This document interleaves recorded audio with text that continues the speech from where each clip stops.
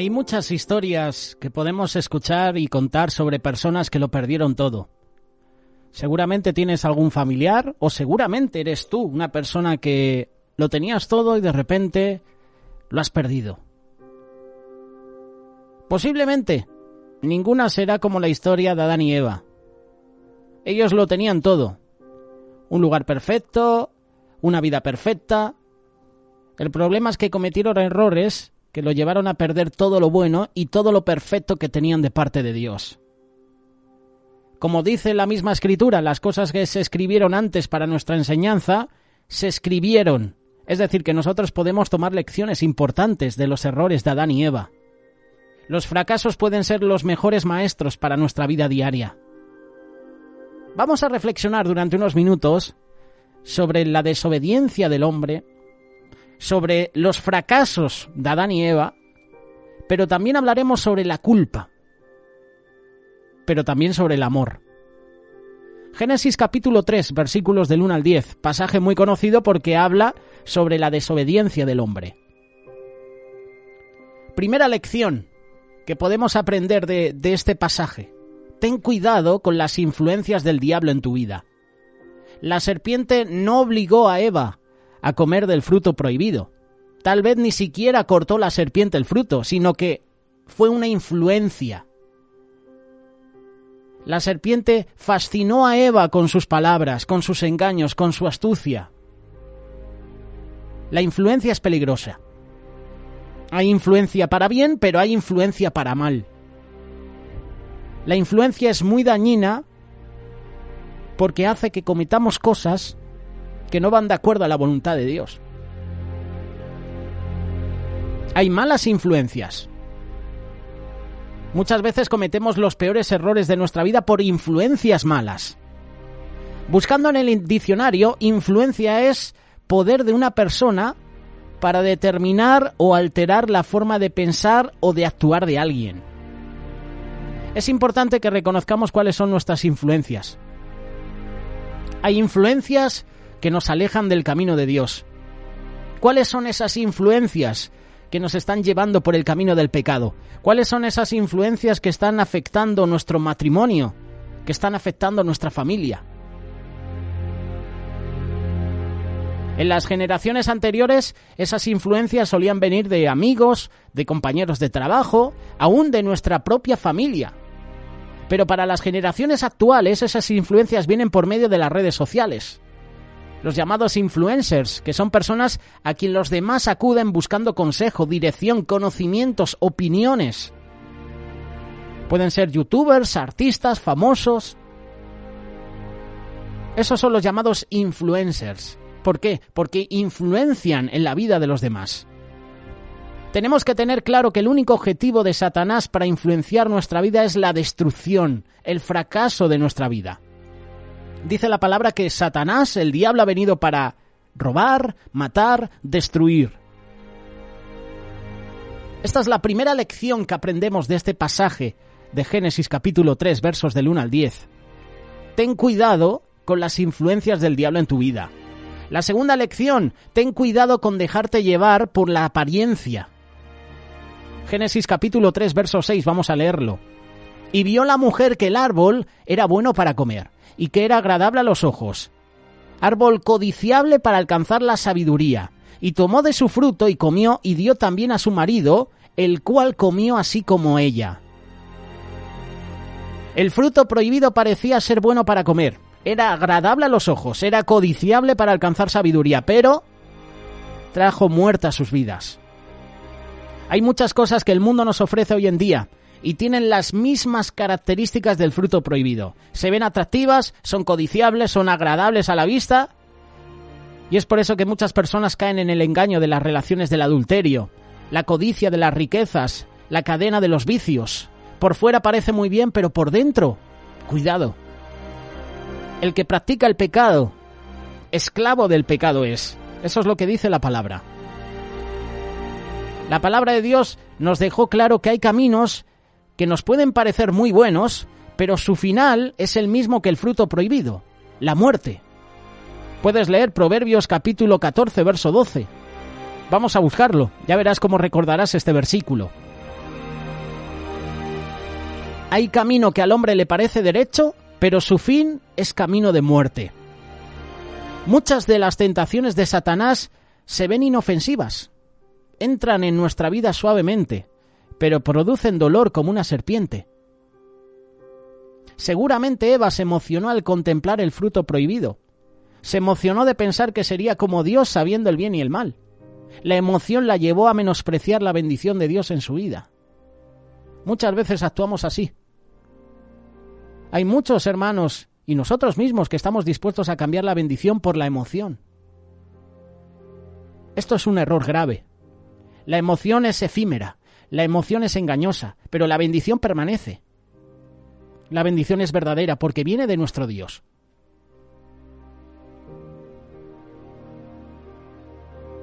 Este pasado fin de semana hemos tenido un encuentro de jóvenes. Y esto suele pasar mucho.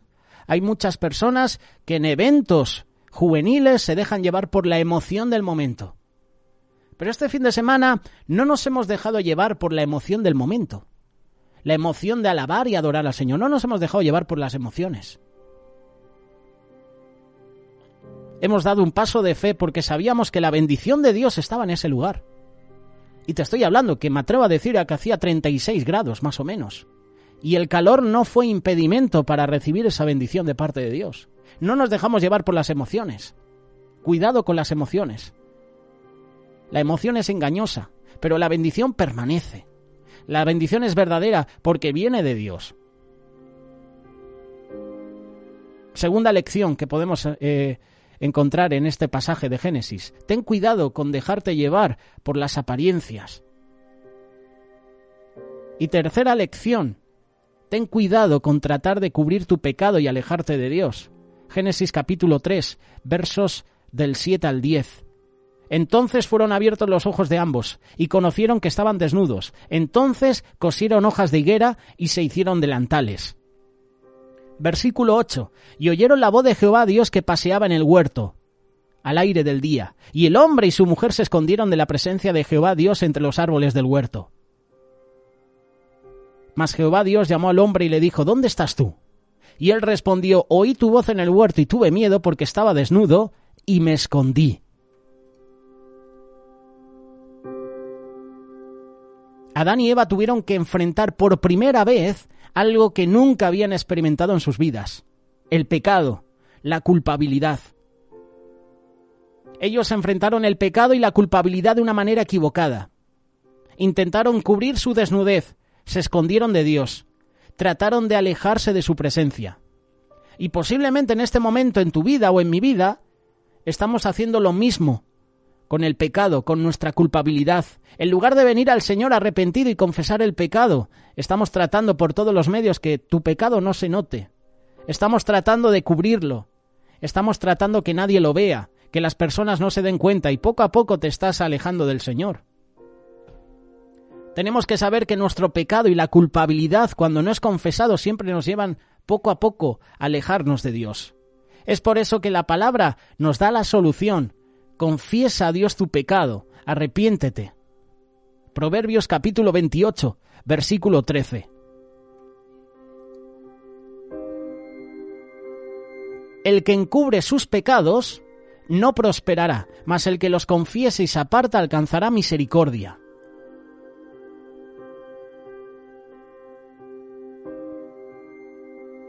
Te he dicho que íbamos a hablar de la culpabilidad, pero también del amor. En el texto, en el pasaje que hemos leído, nos muestra el primer pecado, la primera falta que los seres humanos cometieron delante de Dios. Hemos hablado de cuál fue la actitud que tanto Adán y Eva tomaron cuando experimentaron y conocieron el sentimiento de culpa. Se escondieron de la presencia de Dios, justificaron también su pecado. Entre ellos empezaron a echarse las culpas. Ellos habían comido del fruto prohibido, tuvieron la capacidad de reconocer el bien y el mal, fueron abiertos sus ojos, es decir, su conciencia fue activada por primera vez, ya que ellos vivían en un estado de inocencia. Fueron conscientes de que habían fallado, fueron conscientes de que habían pecado contra Dios. Así como el pecado pasó a todos los seres humanos por medio de Adán y Eva, también en todos los seres humanos a partir de ese momento Ese sentimiento de culpabilidad está presente en nuestros corazones. Cuando le fallamos al Señor, cuando hacemos lo que nosotros sabemos que no teníamos que hacer y hecho, viene ese sentimiento de culpabilidad. Ese sentimiento de culpa o culpabilidad en nuestra conciencia, la cual ahora por medio del Espíritu Santo que está en nosotros está más sensible, produce en nosotros tristeza, dolor, vergüenza, remordimiento.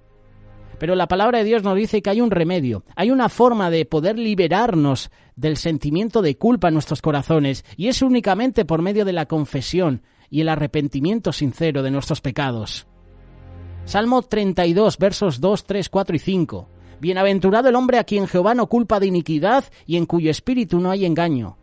Mientras callé se envejecieron mis huesos, en mi gemir todo el día, porque de día y de noche se agravó sobre mí tu mano. Se volvió mi verdor en sequedades de verano. Mi pecado te declaré y no encubrí mi iniquidad.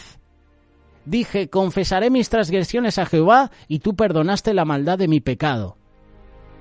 Ese es el antídoto de Dios para la culpabilidad de nuestro corazón. Ser libres de la culpa buscando el amor de Dios, buscando su perdón. Hay muchas personas que están viviendo entre la culpa y el amor, es decir, que verdaderamente no quisieran tener en sus corazones ese sentimiento de culpabilidad. No quisieran sentir la culpa, la vergüenza, el dolor por hacer lo que hacen. Por su manera de vivir, no lo sé.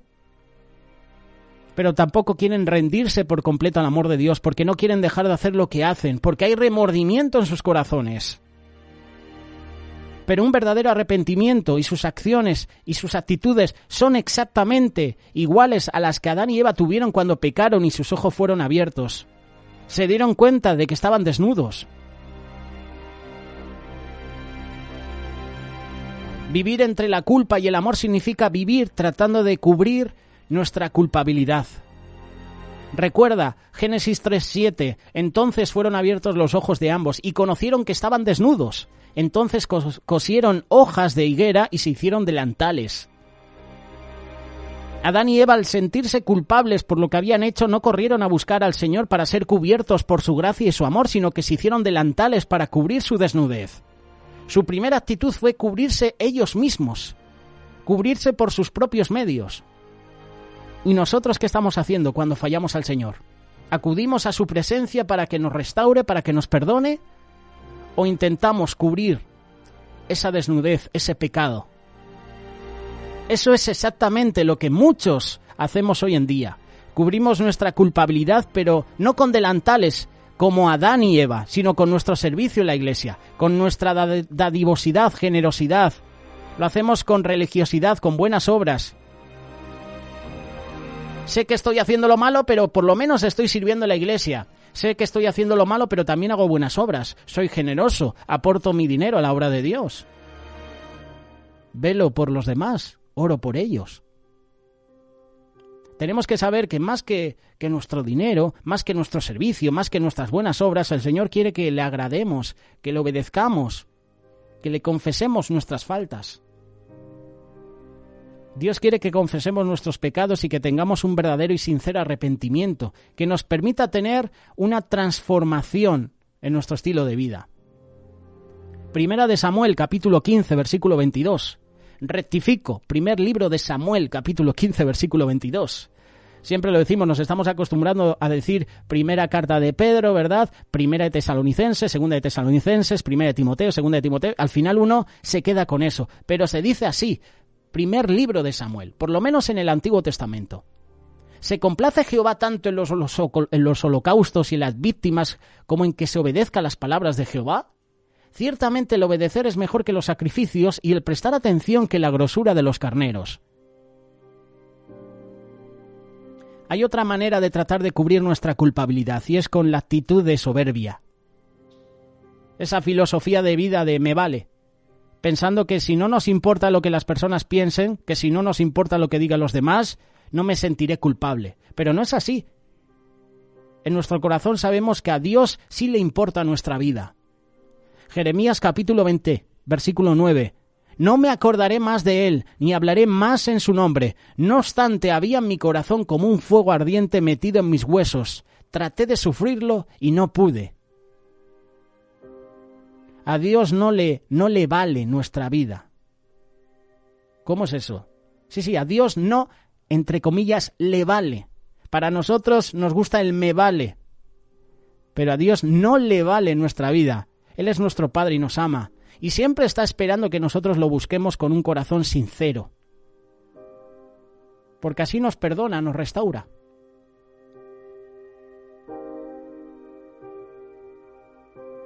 Vivir entre la culpa y el amor significa vivir escondiendo nuestro pecado, procurar que nadie lo vea como hicieron Adán y Eva. Oyeron la voz de Jehová que paseaba por el huerto y el hombre y su mujer se escondieron de la presencia de Dios. Adán y Eva sabían que eran culpables. Habían fallado al Señor y eso produjo en ellos temor. Se escondieron, trataron de esconderse de Dios, trataron de no ser vistos, de no ser descubiertos. Esa es exactamente la actitud de toda persona que no quiere rendirse verdaderamente al amor de Dios, que no quiere tener un verdadero arrepentimiento, sino aunque en su corazón hay culpabilidad, quiere seguir viviendo igual, quiere seguir en su estilo de vida equivocado, ese estilo de vida que no agrada al Señor. Nos volvemos expertos en vivir vidas ocultas, en esconder nuestro pecado, en vivir una vida llena de mentiras, tratando de escondernos de los ojos de nuestros prójimos, para no ser señalados, para no quedar avergonzados. Pero nos olvidamos que nunca podremos ocultarnos de los ojos de Dios. Hebreos 4:13, y no hay cosa creada que no sea manifiesta en su presencia, antes bien todas las cosas están desnudas y abiertas a los ojos de aquel a quien tenemos que dar cuenta. Si queremos ser verdaderamente libres de la culpa, tenemos que comprender que no se trata de buscar la manera de que nuestros pecados no se noten, sino de venir con humildad y sinceridad al amor de Dios, para recibir su perdón, su restauración en nuestra vida. Esto me recuerda al pasaje del hijo pródigo, que la traducción correcta o el título sería el amor del Padre. Porque aquí vemos realmente el amor del Padre. Lucas capítulo 15, verso 20. Y levantándose vino a su padre, y cuando aún estaba lejos lo vio su padre, y fue movido a misericordia, y corrió, y se echó sobre su cuello, y le besó. Y el hijo le dijo: Padre, he pecado contra el cielo y contra ti, ya no soy digno de ser llamado tu hijo. Pero el padre dijo a sus siervos: Sacad el mejor vestido, vestidle, y poned un anillo en su mano, calzado en sus pies. Traed el becerro gordo y matadlo, y comamos y hagamos fiesta, porque este mi hijo muerto era, y ha revivido. Se había perdido y es hallado. Y comenzaron a regocijarse. El hijo pródigo dejó de lado su vergüenza, dejó de lado su soberbia, vino a su padre. Todos lo vieron que regresó fracasado, empobrecido, avergonzado. Y quizás muchos de sus vecinos, amigos, lo podían haber señalado. De hecho, su hermano mayor lo señaló. Hicieron burla de él. Pero qué maravilloso es saber que en su casa, en la casa de su padre, lo que recibió fue amor, perdón, restauración. Hicieron fiesta por él, y así es el amor de nuestro Padre Celestial. Pero la pregunta es, ¿así es nuestro amor hacia el prójimo, hacia el hermano que ha fallado, hacia el hermano que ha sido sorprendido en alguna falta? ¿Hay ese amor de perdón, de restauración? ¿Hacemos lo propio con nuestros hermanos que han caído? No. Sé sincero, no. Cuando un hermano falla, lo primero que hacemos es murmurar, es criticar, es hablar mal de él. Ya no le miramos con esos ojos de amor, de perdón, de restauración. Conozco a personas, y tristemente líderes, que recuerdan el pasado de los hermanos. Es que tú nunca vas a cambiar, es que tú hacías esto, tu padre hacía aquello. Qué triste es ver esa actitud en autoridades, en hermanos que llevan años sirviendo al Señor, que se centran en el pasado de las personas y no ven una restauración en su vida. Es triste, pero es una realidad. El que tenga oídos para oír, que oiga. Hermanos, somos llamados a restaurar. Esta es la palabra que durante el mes de junio hemos compartido aquí en Radio Solidaria. Llamados a restaurar, no a ser jueces, no a condenar. Los discípulos fueron jueces del ciego de nacimiento. Maestro, ¿quién pecó, este o sus padres, para que naciera así ciego? Juicio. ¿Estás en juicio? ¿Estás en crítica? ¿Eres juez de tu hermano? Cuidado. Seas pastor, seas un diácono, seas una persona que no tiene un cargo, cuidado de ser juez de tu hermano. Hay una enseñanza aquí del Padre. Por eso te decía que el pasaje tiene que ser el amor del Padre, no el hijo pródigo. Vemos cómo el Padre da amor, recibe a su hijo con amor, con perdón, le restaura. ¿Hacemos nosotros lo propio con nuestros hermanos que han caído? ¿Restauramos sus vidas?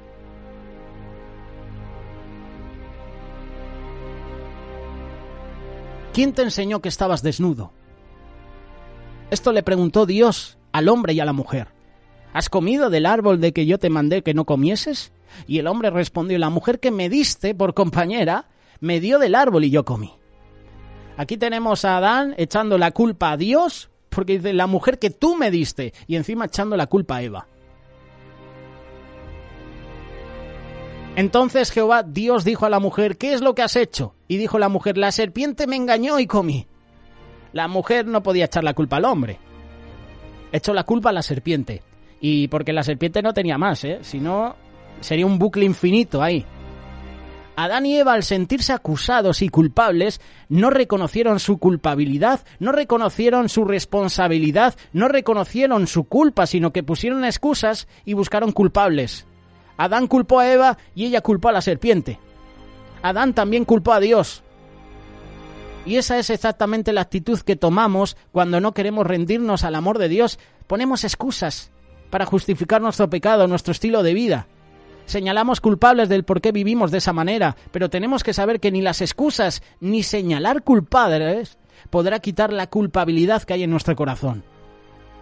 Lo que tú y yo necesitamos es reconocer nuestra responsabilidad, aceptar nuestra culpa, confesar con sinceridad, arrepentimiento, reconocer a Dios que hemos fallado, que hemos pecado, pero también aceptar en nuestra vida su amor, su perdón, su misericordia. El mensaje final es que ya no sigamos viviendo entre la culpa y el amor, confesemos hoy nuestro pecado. Y Dios nos va a perdonar, y Dios nos va a limpiar de toda maldad. Primera carta de Juan, capítulo 1, verso 9. Si confesamos nuestros pecados, Él es fiel y justo para perdonar nuestros pecados y limpiarnos de toda maldad. Este es el mensaje, esta es la conclusión final. Confiesa tus pecados a Dios, porque Él es fiel. Él no es como nosotros, que nosotros humillamos, no perdonamos, no amamos, no restauramos. Dios es fiel. Si confesamos nuestros pecados a Él, a Dios.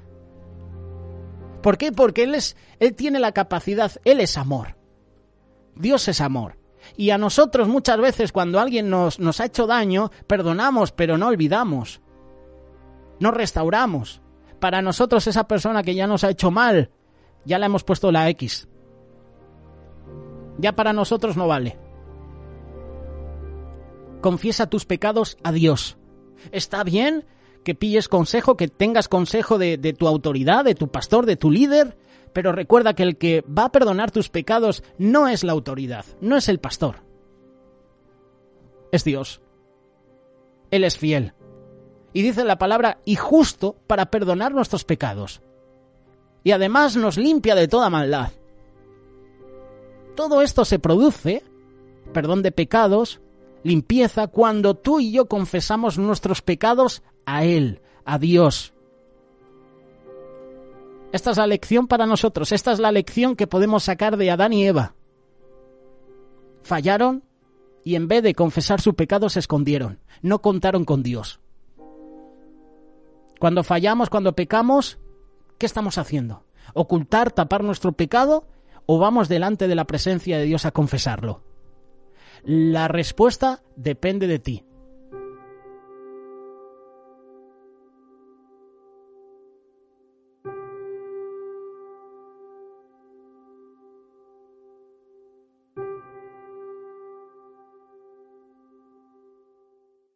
Radio Solidaria, una radio comprometida.